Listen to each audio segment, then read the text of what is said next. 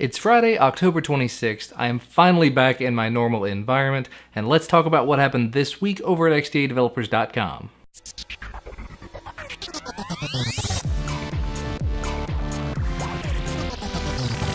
We have a lot of stuff to cover, so let's go ahead and get started with some device update, ROM release, ROM leak type news. First off, one of the things I vaguely remember talking about in one of the last two updates was Pac-Man ROM. It started out on the Samsung Galaxy Ace, got ported over to the Xperia Pro, and thanks to XDA senior member Blind and Dumb, it has now been ported over to the HTC Desire S and the HTC Desire HD. The Desire S specific one is a little bit early at this point. There are still some things that aren't working 100%, specifically the front-facing camera, the speakerphone, and the Wi-Fi hotspot capability. However, the Desire HD version seems to be a little bit more full-featured. It has pretty much everything working except for that front-facing camera as well. And just as a little reminder, in case I forgot to mention it, and I know I mentioned it in the previous video, Pac-Man ROM is essentially a combination of the best features from Paranoid Android, AOKP, and Cm10, so you've got all of these things cherry-picked into one place. So if you have either one of those devices and you're interested in trying out a new, different kind of ROM, go ahead and give this one a look. Next story is about a device that I don't have a whole lot of experience with, but I got to see a lot of the internals of at the Big Android Barbecue. This week, thanks to XDA forum members Jackpot Calvin and Mevordell, there's a pre-release alpha of Jelly Bean and an early build of the 3.0 Linux kernel available for the Samsung Galaxy Player 5.0. Like I said, it is pre-alpha, very, very early. It's based on Cm10, so it's not 100%, but some things like Wi-Fi, sound, hardware acceleration, and of course, root, are working at this point. Either way, if you're interested in it, go ahead and take a look at the forum thread, although it might be good to give it a little bit more time, unless you want to help in the development process. Now, speaking of Cm10, we haven't seen a whole lot of devices receiving new ports of Cm10, certainly not a whole lot of new official Cm10 ports. However, thanks to XDA recognized developer Fat Tire, the Nook Color tablet now has an official port of Cm10. Now, it was not just one person, there were a whole laundry list of people involved, but it was Fat Tire that actually posted it. And there are definitely some bugs, as there appear to be with most of the Cm10 based ROMs at this point,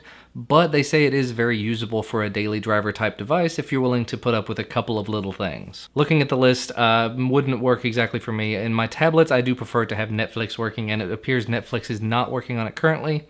Not a huge deal for everybody though. So anyway, if you've got the Nook Color, again, do feel free to go take a look at the forum thread and get some more information. Moving on, in a piece of news that I apparently missed in the last week or so and was reminded by Shen that I forgot to talk about, the HTC Amaze 4G is by no means a brand new device. However, over the course of its lifetime, apparently HTC neglected to release the Wi-Fi drivers for it open source, which means that developers were having huge amounts of troubles getting Wi-Fi to work on the Amaze 4G with any sort of custom ROMs. There was even a petition started by XDA member AJ2423 about 7 months ago to tell them, please release these Wi-Fi drivers open source so we can make things a little easier for us. But just last week sometime, HTC Global Online Communications Manager Jeff Gordon talked about how he worked with TI, well, the companies worked with each other to figure out a way to get it out there, so now that source code is available. I know a lot of you guys are probably going to say better late than never. Some others of you are going to say, why didn't you just do that in the first place? One way or another, I kind of go for the better late than never argument because it is better to just have it and be able to keep those devices going for a little while longer. Anyway, that wraps up the majority of the stories I'm going to talk about this week. Let's talk about the Big Android Barbecue again and the XDA specific stuff. At the Big Android Barbecue, there were at least 2 XDA specific presentations given. The first one, which you can read all about over on the XDA site, was all about the future of Android development, and it was done by a panel of recognized developers and elite recognized developers, so you've got people that really know what they're talking about up there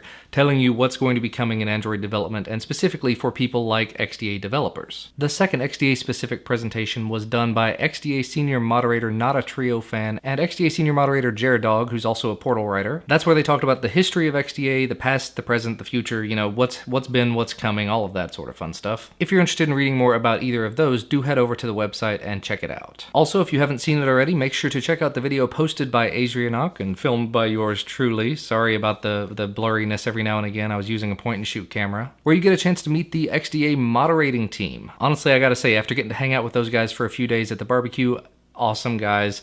They're doing an amazing job on the forum. And also, TK released an app review this week showing you how to dim your screen when you use MHL using Screen Standby. I seem to remember talking about that app in a previous video, maybe not. Either way, if you want to learn a little bit more about it, if you use your device to connect to MHL and have HDMI out to your TV or something, that could be a useful app to have. And finally, and this is actually kind of exciting to me, XDA is hiring. We're looking to add 1 or 2 talented developers, specifically a full-time PHP developer to help work on the site, and a contract, sort of part-time but could eventually turn into a full-time position, Android developer. So if you're interested in learning more about either of those positions, do check out the link down in the video description, head on over to the portal. But that's going to be all from me for today. As always, thank you so much for watching, and I will see you next time.